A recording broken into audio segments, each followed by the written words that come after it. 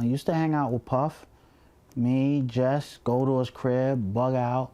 So, you know, the prize remix you want to do was Mary. Mary was blazing. I want to do a Mary remix. I want to do a real. You're not ready for a Mary remix. He was like, yo, I want you to work with Big. Big? Who's Big? He was Biggie Smalls at the time.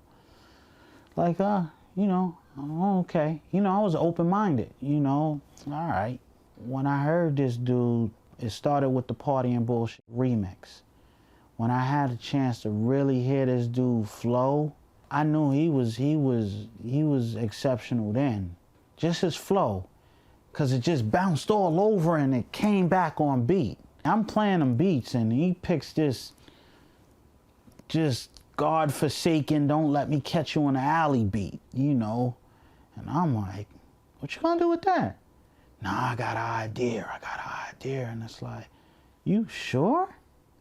You know, and that was bug because as a producer, I don't want to just sell you a beat to make $1. I want to make sure you're going to pick something, you're going to do something incredible with it. And I never heard the record until it came out. And when I heard it, it was just like crazy. I just remember somebody telling me, yo, your joint made the album, Ness. And I'm like, word. It actually closes the album. I was shocked. Check it out, it's the underboss, the Lord Finesse, repping D.I.T.C, and you're tuned in to Crate Diggers.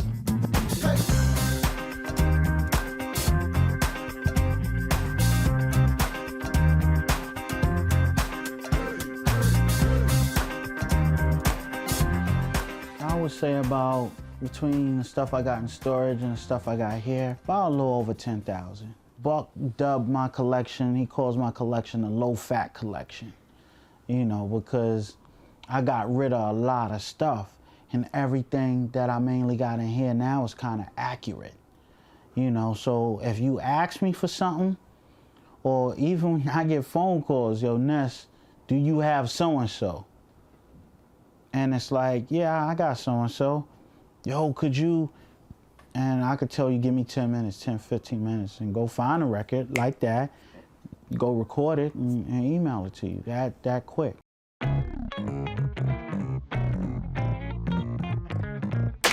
This is a record. I got the 45. Well, this record, you know, $50 for this record. What is it? What it wound up being is, it wound up being a record that I had on 45 that I needed a better copy of. That was rare as hell, so I was happy to find it. And I actually found the autographed copy because he signed it. It's kind of signed, you know? One day I might just act like I'm him and put my name on there and act like he was writing that to me. Finesse, best wishes, you know, Bobby Hughes. The Lick used to be the record convention, because I think once a month they had a record convention called the Roosevelt. It had to be like one of the biggest record conventions in New York City. It was who's who of producers in there. It's me, it's Diamond, it's Show, it's Buck, Rashard Smith, you got Large Professor, you got the Beat Nuts, Q-Tip, Salam Remy, the Beat Miners, T-Ray. You got anybody who was a collector was there, PM Dawn. It was this one, like, dealer there. And he would not sell one record until PM Dawn came. So you come there, you see all the stuff on the wall, like, yo, let me get, nah, I'm closed until PM Dawn come. You like, are you serious? PM Dawn would come in there like, damn near trying to buy his whole collection. I could see why. I don't know if he was just straight dropping the credit card or writing them a blank check. Because I no lie, I've seen PM Dawn at the table with a stack like this. No lie. From where my bottom of my hand is up here, a stack like this. And they talking what it's gonna cost. You know, so I could see why he was a dedicated, you know, dealer to PM Dawn. But yeah, that had to be the funniest story. Y'all ever heard of this group right here? The Great White Cane.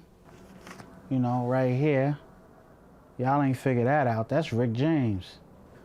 You got people digging in them dollar bins and stuff. We ain't had no time for that. We talking about going in a spot like you wouldn't feel comfortable unless you had at least 2-3 grand. You know, I had dealers and people I called up, you're gonna be at the convention. So you give each of these collectors a want list and they go out. So you knew when you was going to the convention, you know, 80% of the stuff you was getting was stuff you was looking for. And you probably wouldn't hear from each other for about a week or two because we putting those beats together. Because, you know, it's time to make the profit now. We spent a lot of money. You know, and people used to go, oh, how could you spend $200? Yo, that's crazy. How could you spend? If you getting 5 to 10 grand for a beat, who cares? You know, you just being cheap.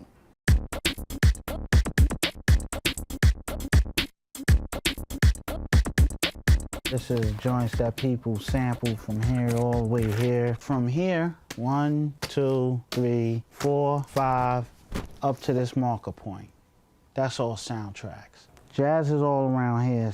Here, here, here, here. Some in here, red joints in here. These are like kicks and snares. Well, here we're gonna go into female artists, Anita, Patrice, Minnie, Denise, Janet. Then here you got like anywhere from Barry White, the Luther, the Stevie, the Commodores. I'm gonna try to pull out just bugged out stuff. You know, I don't wanna pull out what everybody and their mother been pulling out. It came to a point where I started doing these beats and you know, I brought some records and I just remember playing some stuff. Dude, like, yo, that's hot. Yo, who did that? And I'm like, yo, I did that. You ain't do that. It's like, yo, I did do it. Come on, that's you. Is that serious? You gonna take somebody else's credit? You know, nah, I did that. So at that point, it was like, I must be on to something. You know, I'm fighting for something to prove something I did. And that became some of my earlier work. Some of my first work is on Big L's Lifestyle, Porn, and Dangerous. Those are some of my first beats. Living Fat, Fat Joe's one of my first beats, you know. School Days and Times is Hard and all those are like some of my first beats. These two joints, my first 12-inch. This is the first album. This is the promo because it's cut off on the ends. And you know, you could always tell the original copies because they got the heavy gloss on it. But these two are very special because these are the two copies that I autographed to my grandmother. This is, you know, and I know they meant because she wasn't rocking them like that. I give my grandmother credit because I was in the DJing and she used to help me buy records. You know, I used to go down to Music Factory on 42nd Street. And that's where I used to buy my records. I used to have all the records on the wall, you know. And she said, yo, go get your records, you know. But I want this one record. And it was the Bobby McFerrin, Don't Worry, Be Happy. That's what she wanted. And I remember buying that for her. He was like, you get whatever you want, just get me this record.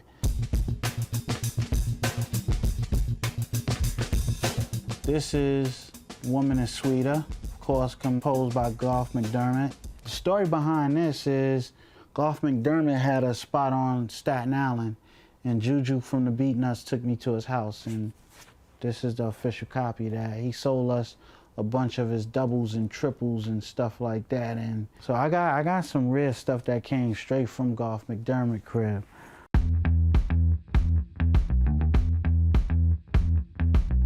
It was at one time it had to be what was the name of this record? Stark's Reality.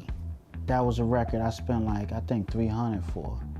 Then after a while I was sitting there like, I ain't even doing nothing with this record. It was just because it was such a sought-after record. You hear people talk about the sought-after record. Yo, the Stark Reality. You go, I gotta get that. And you get it, and you know, well, why am I buying? Well, what I brought this for? You know, so it was like I turned it in, traded in, and got something I wanted. You know, records never lose value. This is how my original beat up Magnum record look, you know. It's a rare record. Has a mean story to it. I won't tell y'all. I used it, let me say that.